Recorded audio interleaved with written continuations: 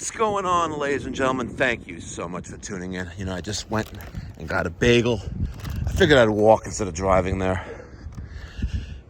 And you know what? I think today is the day that we're going to retire one of the signs in the shop. It's one of those days. We're going to retire that sign right there. See that one right there, dead center of the screen?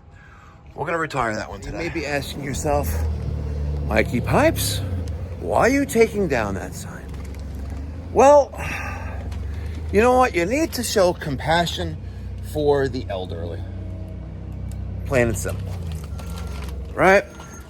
We gotta... Sorry, I can't do two things at the same time. We have to show compassion for the elderly.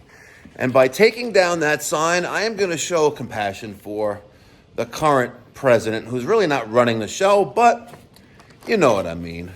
He's just not all there. It's a shame. I know you guys agree.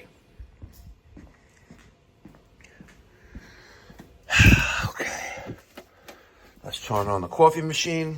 I'm going to get a plate. I'm going to set up my bagel. And then today, this morning's video, we're going to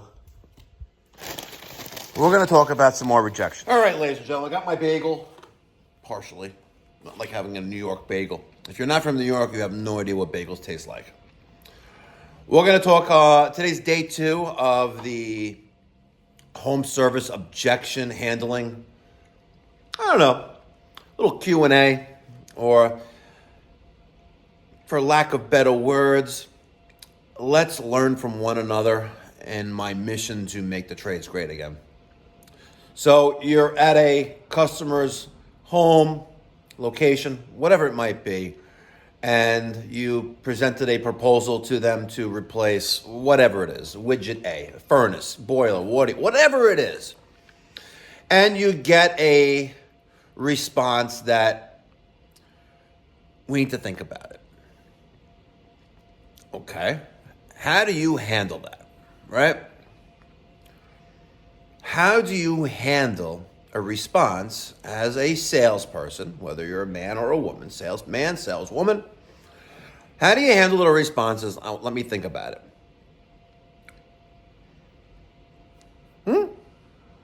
How do you handle that?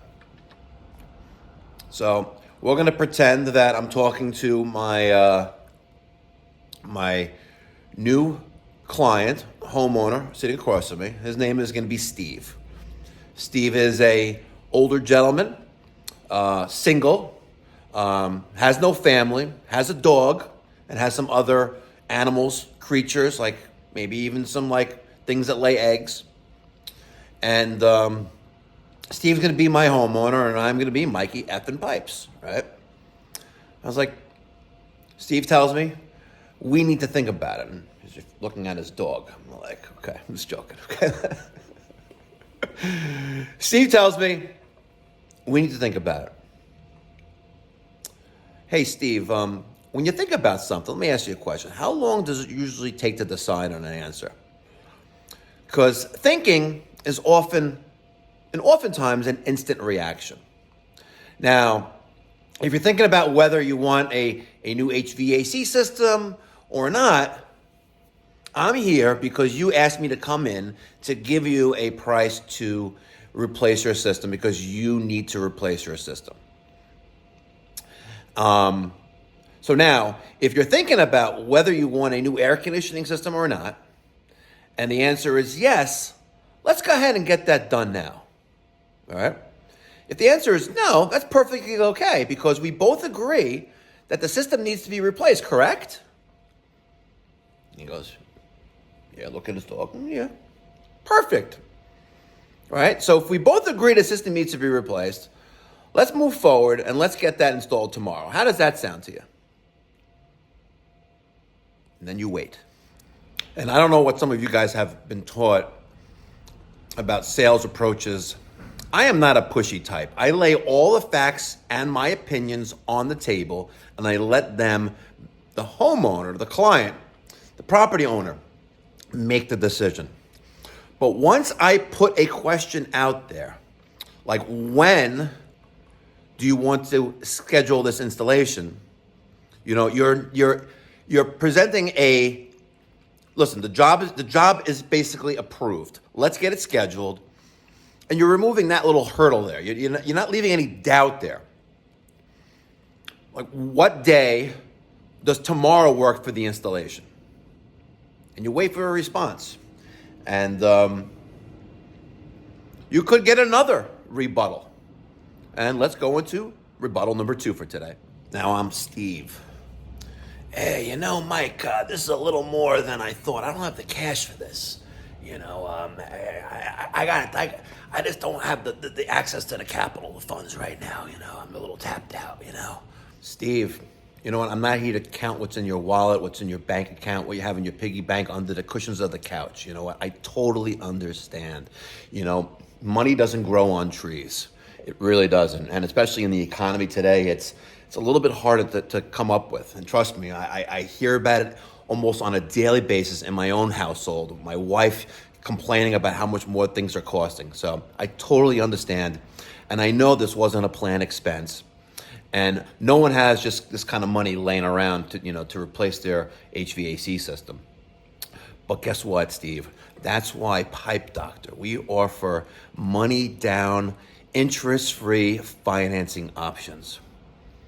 All right?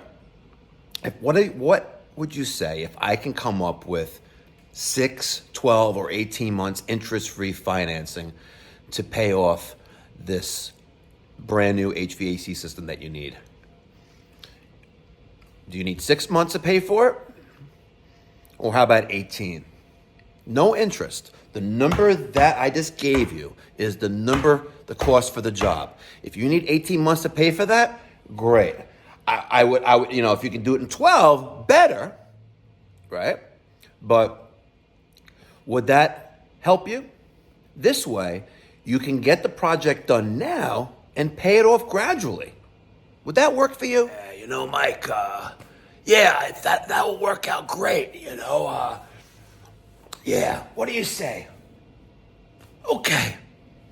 She's barking yes. Let's do the job. Can you do it tomorrow? And there you have it, ladies and gentlemen. Day 2, 2 more rebuttals and 2 more objection responses that work for me. Now, a lot of you guys may be saying, like, Mikey Pipes, why are you doing this? Why are you giving us all your trade secrets? Well, I really, really believe that together, right, we can learn from one another, right? The comments yesterday's video on the Uncensored channel were phenomenal. Phenomenal. We had a lot of great responses from other guys in the trades who put in their feedback. I was like, oh, you know, that's a great approach. Really, really great. We have a great community here. But if we can learn from one another, I know it. I really know it 100,000% that we can make the trades great again. We really can. I got to fix that flag. See, there's one flag there, and the other Israeli flag is all tangled up. It was torn in the bottom. But I really believe that we can make the trades great again. Let me get your thoughts and feedback down in the comment section down below, guys. I really appreciate it. Have a wonderful, great day. It's Tuesday the 15th, halfway through the month of October. Damn. And we have a full schedule, thank God, again today and tomorrow and next week and the following week. And I am going to talk to you about that in the near future. This, guys, you guys are going to fall out of your chairs when I tell you what's going on with this. Don't worry. It's trademarked, it's patented, and you're going to love what we're going to do with this. And I'll give you a little hint. If I can prevent one injury loading a piece of equipment, whether it's a water heater, a boiler, a furnace, onto the back of the truck, I did my job and I served a purpose in life if I prevented one injury. And this little bad boy right there, she's small. and she packs a powerful punch. Can't wait to share it with you.